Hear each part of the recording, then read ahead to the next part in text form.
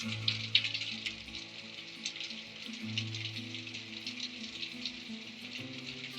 උදේ ඉඳන් හොඳට පායලා තිබ්බ අහස හවස් වෙනකොට කලක් කරලා ගින්න පටන් ගත්තා. එනිකට පටන් ගත්ත මේ වැස්ස මහ වැස්සක් වෙලා තමයි නැවතුනේ. වැස්ස කියන්නේ මගේ ජීවිතේ මම ගොඩාක් ආස කරන දෙයක්. වැස්සත් එක්කන හැංගීම හරිම ආදරණීයයි. අපි කොච්චර වයසට ගියත් අපේ හිත ඇතුලේ හැංගිලා ඉන්නවා එක පුංචි දරුවෙක්. ඉතින් මේ බලන්නකෝ මම මොකද්ද කරන්නේ කියලා. අපේ පුංචි පැටව දෙන්නට ඕනේ කිව්ව මේ වැස්සේ බෝට්ටු යවන්න. ඒ දෙන්නත් එක්ක එකතු වෙලා මම මේ පා කරන්න බෝට්ටු හදන ගමන් තමයි ඉන්නේ. දරුවොත් එක්ක එකතු වෙලා මේ වගේ ඒගොල්ලන්ගේ ළමා ලෝකේ වැඩ කරනකොට අපිටත් නොදැනීම අපිත් අපේ ළමා කාලයට යනවා. මම විශ්වාස කරනවා අපිට අමතක වෙච්ච ඒ ළමා කාලය අපේ ළමා ලෝකය එතකොට අපිට මතක් වෙනවා කියලා.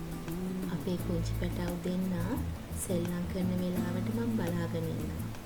ඒ වෙලාවේදී සමහර වෙලාවට මට හිතෙනවා මමත් පුංචි කාලේ මෙන්න මේ විදිහට සෙල්ලම් කරන්නේ නැති නේද කියලා. ඒ වෙලාවට මගේ අම්මත් මේ විදිහට හරිම ආදරෙන් මගේ දිහා බලාගෙන ඉන්නේ නැති නේද කියලා.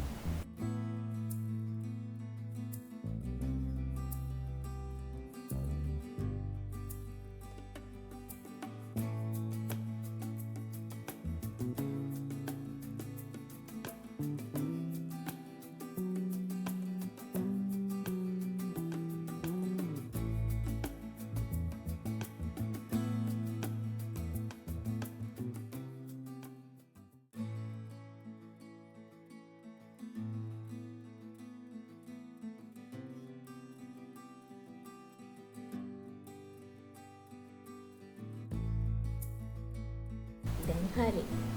ඔන්න දැන් තියෙන්නේ බෝට්ටු දෙක වතුරේ පා කරන වෙලාව. මම නම් හිතන්නේ මේ අපි කරන පුංචි දේවල් වලින් ගොඩාක් සතුටක් ලබා ගන්න පුළුවන්. හැබැයි ඒ සතුට ඒ අපි කරන වැඩ අතරේ අපි හොයා ගන්න ඕනේ.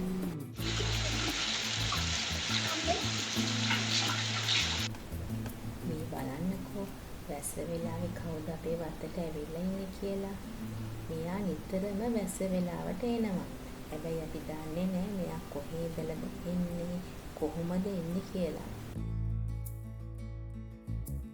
මට දැන් කරන්න තියෙන ලොකුම වැඩේ තමයි මෙන්න මේ රෙදි බාස්කට් දෙකේ දින රෙදි ටික නවල ඉවර කරන එක. පහුගිය දවස් දෙක තුනේම බබාලා දෙන්න ඉස්කෝලේ වැඩවලට එහෙම ගිය නිසා රෙදි ටික හොදලා වේලලා ගන්න විතරයි පුළුවන් වුණේ. නවා ගන්න නම් බැරි වුණා. දැන් අද මං හිතුවා කොහොම හරි මේ වැඩ ටික ඉවර කරනවා කියලා.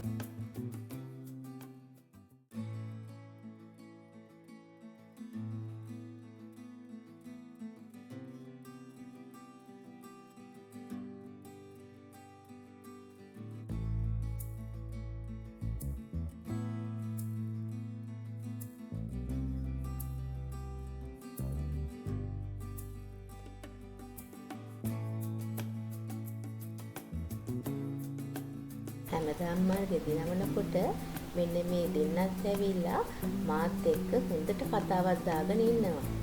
ඒ වෙලාවට ඒ දෙන්නගේ ඉස්කෝලේ වෙච්ච දේවල් එහෙම නැත්නම් ඔය අපේ පවුලේ ඇතුලේ වෙච්ච සිදුවීමක් ගැන මතක් කර කර hina වෙවි තමයි ඒ කාලයත් ගෙවෙන්නේ.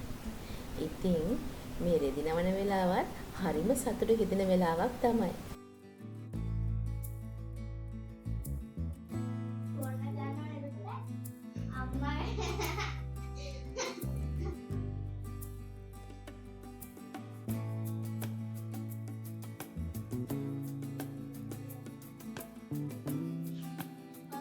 ඒ වගේ නෙවෙයි ඉස්සර නම් මම රෙදි නවන්න හරිම අකමැතියි. ඇයි කියලා දන්නේ නැහැ. ගෙදර ඕනම වැඩක් මම හරි කැමැත්තෙන් කරනවා. නමුත් රෙදි නවන්න තමයි හරිම අකමැතියි. ඒක කම්මැලිකමක්ද කියන නම් දන්නේ නැහැ. නමුත් ඊට පස්සේ මම හොයාගත්තා මට මේ වැඩේ මම්ම කරන්න බෑ.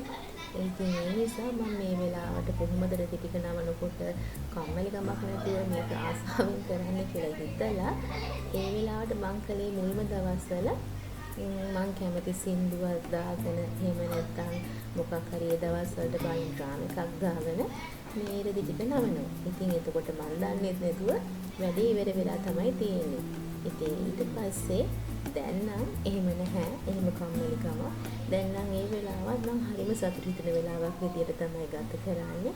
මොකද මං රෙදි ටික නවනකොට බබාලා දෙන්නත් එනවා එතනට කතා කර කර ඉන්න. ඉතින් ආගියේ තොරතුරු කතා කරනවා hina වෙනවා. ඉතින් හරිම ෂෝක් වෙලාවක්. හරිම ලස්සනට ගත වෙනවා.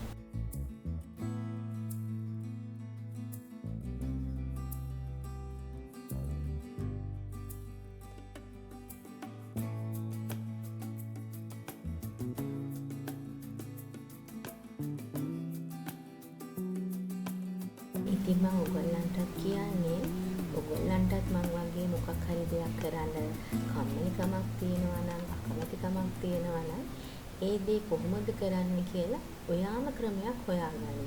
ඔය මං හොයාගත්තා වගේ. ඊට පස්සේ ඒ තමන් කරන වැඩේ ආසාවෙන් කැමැත්තෙන් කරන්න. එතකොට කාලයක් යනකොට ඔයාට ඒ තියෙන කම්මැලිකම අකමැතිකම මගහැරිලා හැම දෙයක්ම ආසාවෙන් කරන්න පුරුදු වෙනවා. අපි කරන හැම දෙයක්ම සතුටකින් ආසාවෙන් කළොත් තමයි අපි නොදැනුවත්වම අපේ ජීවිතේ හැම මොහොතක්ම සතුටෙන් පිරෙන්නේ. ඔන්න දැන් නම් මම රෙදි ටික නමලා ඉවරයි.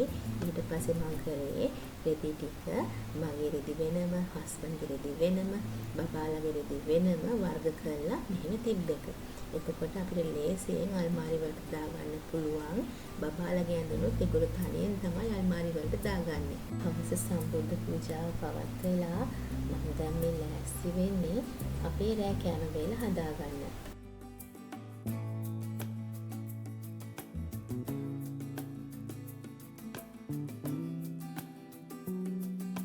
අද දවසේ රෑ කෑමට මගේ මීල් ප්ලෑන් එකේ තිබ්බේ චීස් කොත්තු හදන්න. ඉතින් මම ලෑස්ති වෙලා හිටියේ අද මම ග්‍රොසරි shopping යන දවස ගිහිල්ලා ඇවිල්ලා බඩුත් අරගෙනම ඊට පස්සේ කෑම ටික හදන්න තමයි. නමුත් අද දවස හවස ඉඳන් වහිනවා. ඉතින් ඒ නිසා මම ඒ ගමන හෙටට කල් දාගෙන ෆ්‍රිජ් එකේ ඉතුරු වෙලා තිබ්බ මම ළඟ එළවලු වලින් මම මේ කෑම එක හදන්න ලෑස්ති වුණා. මගේ ළඟ කැරට් තිබ්බේ නැහැ. කැරට් තිබ්බේ නැහැ කියලා රසය අඩුවක් නම් තිබ්බේ නැහැ.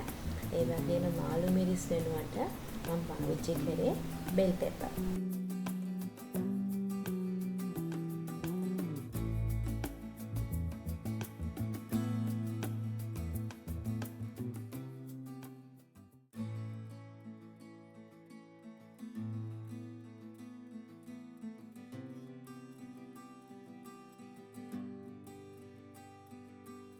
මම එළවලු ටික සුද්ධ කරගන්න අතරෙම චිකන් එකත් ලිපට තිබ්බා තැම්බෙන්න.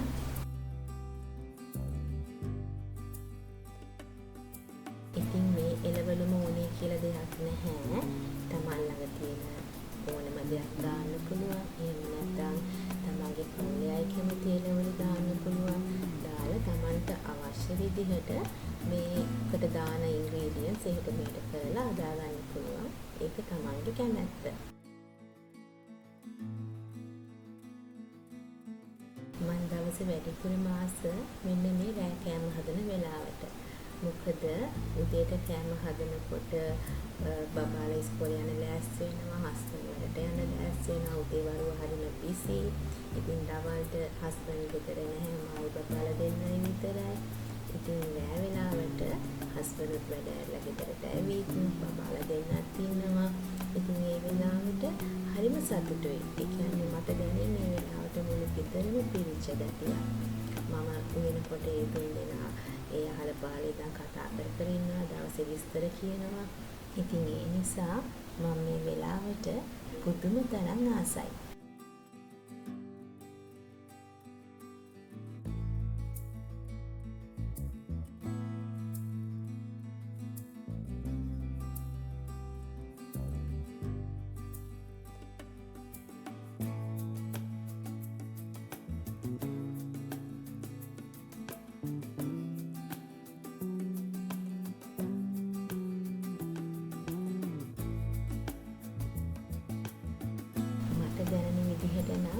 එහෙම කෑම හදන එක හරියට භාවනාවක් වගේ.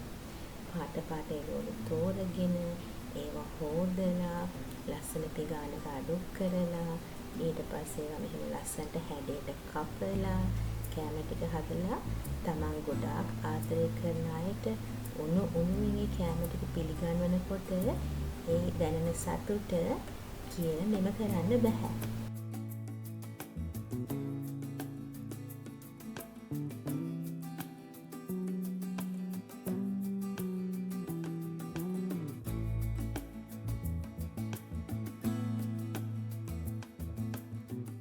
මගේ ජීවිතේ කරන්න කැමති දේවල් ලිස්ට් එකක් හැදුවොත් ඒ ලිස්ට් එකේ උඩින්ම තියෙන දෙයක් තමයි මේ කෑම හදන එක. ඔයගොල්ලොත් මං වගේ කෑම හදන්න ආස කෙනෙක්ද?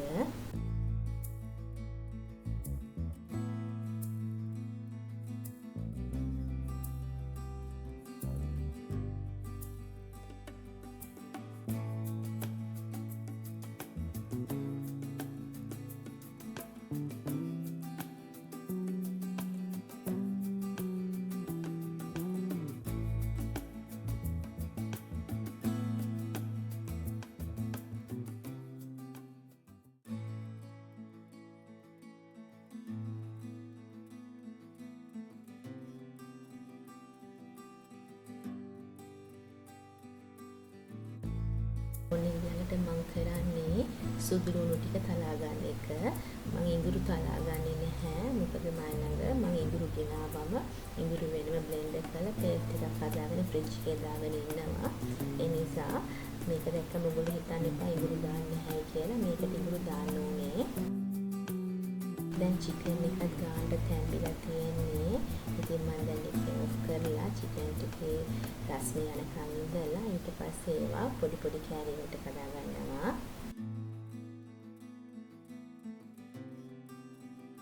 චිකන් එක පොඩියට කඩාගෙන තියෙන නිසා ගැඹුරු තලේ බදින්නේ නැහැ.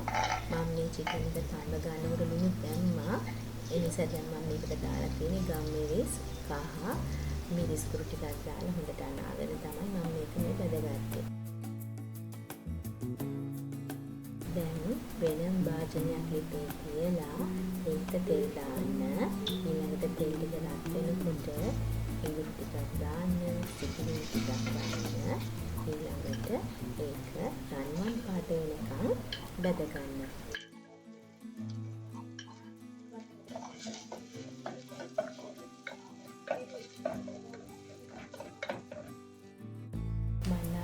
කරපිංච පොඩ්ඩක් එකතු කරගන්නවා. එතකොට අර හොඳ සුවඳක් එනවනේ.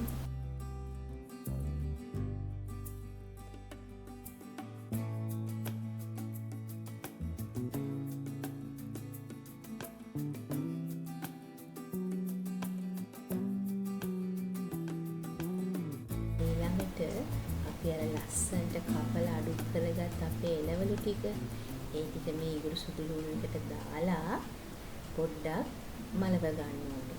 මතක තියාගන්න මේක ඕනට වැඩිය නම් මලව ගන්න එපා. එතකොට අපේ චීස් කොත්තු එක රස නැහැ. මේක ටිකක් ක්‍රන්චි එකට තියෙනකොට තමයි අපේ චීස් කොත්තු එක ගොඩක් රස වෙන්නේ. තක්කලි ටික නම් දැම්මම මම දාන්නේ නැහැ. ඒක මම දාන්නේ පස්සේ.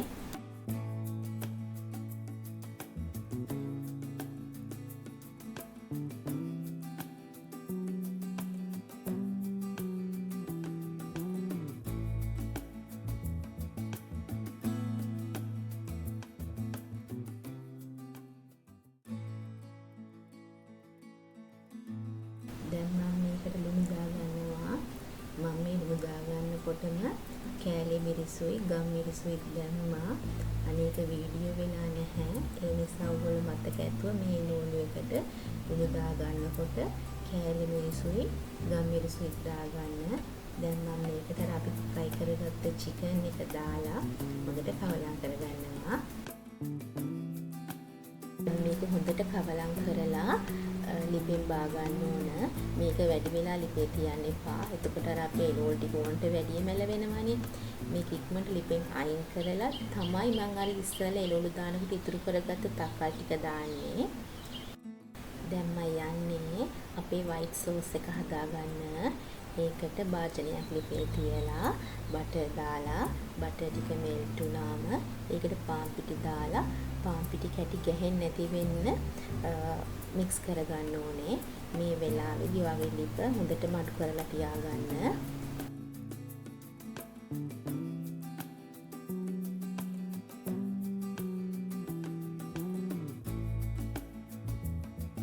දැන් ඊළඟට ඔයගොල්ලෝගේ පොත්තුකට ඇති වෙන්න ෆ්‍රෙෂ් මිල්ක් දාගන්න.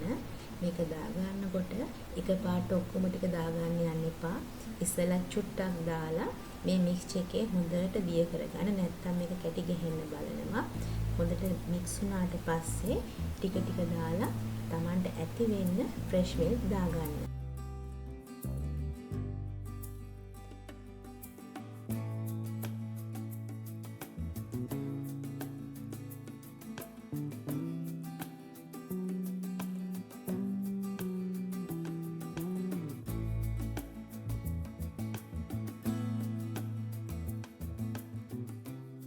දැන් මම මේකට චීස් දාගන්නවා. මෙතනදී මම චීස් කෑලි 5ක් දාගත්තා.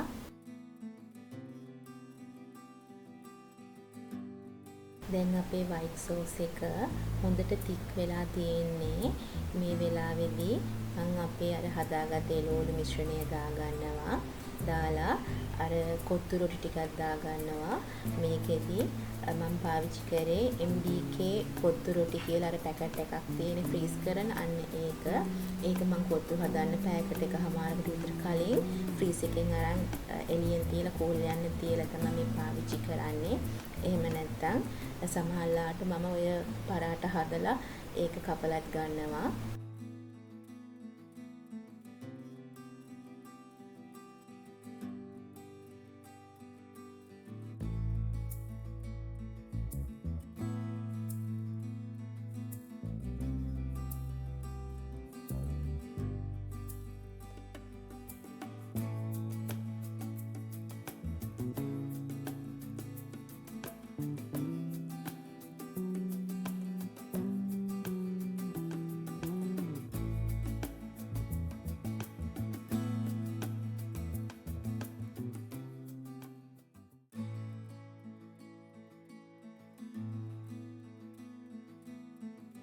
අපි මේ හදාගත්ත අපේ රසම රස චීස් කොත්තු එක උඩුවෙන් කනකොට තමයි ගොඩක්ම රස.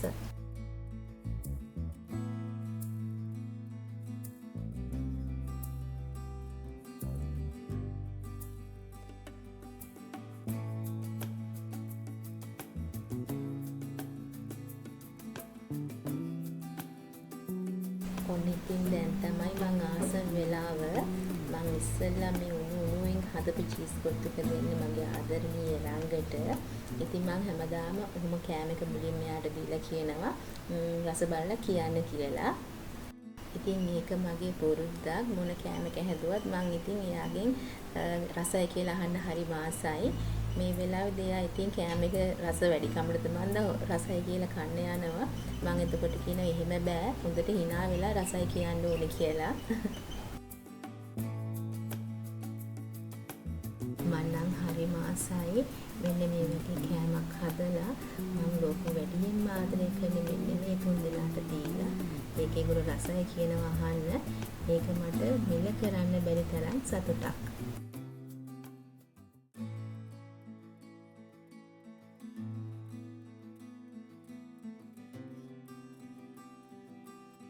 මෙන්න මෙයා තමයි අපේ ගෙදර වැඩියෙන්ම චීස් කොත්තු කන්න ආස කෙනා.